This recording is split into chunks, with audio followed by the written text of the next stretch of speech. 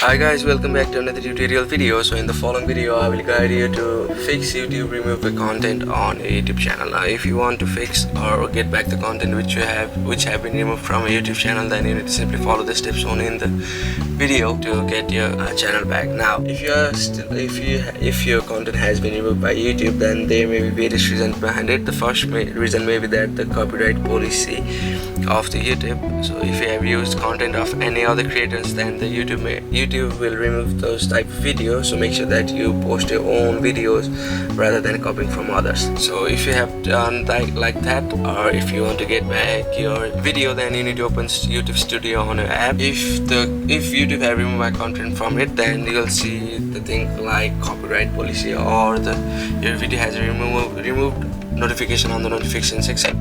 So if you have received such things, then you need to click on it and you'll see the option of review for apply for review. So you need to simply click on it and you need to give them a message that this is your content, rather you have not copied from other. Then they will verify the email and they will check if it is your content or not. So after that, if they verify that it is not a content, then YouTube will give back your video to you. So that's it. Thank you for watching the video. Please don't forget to like the video and subscribe to our channel. Thank you.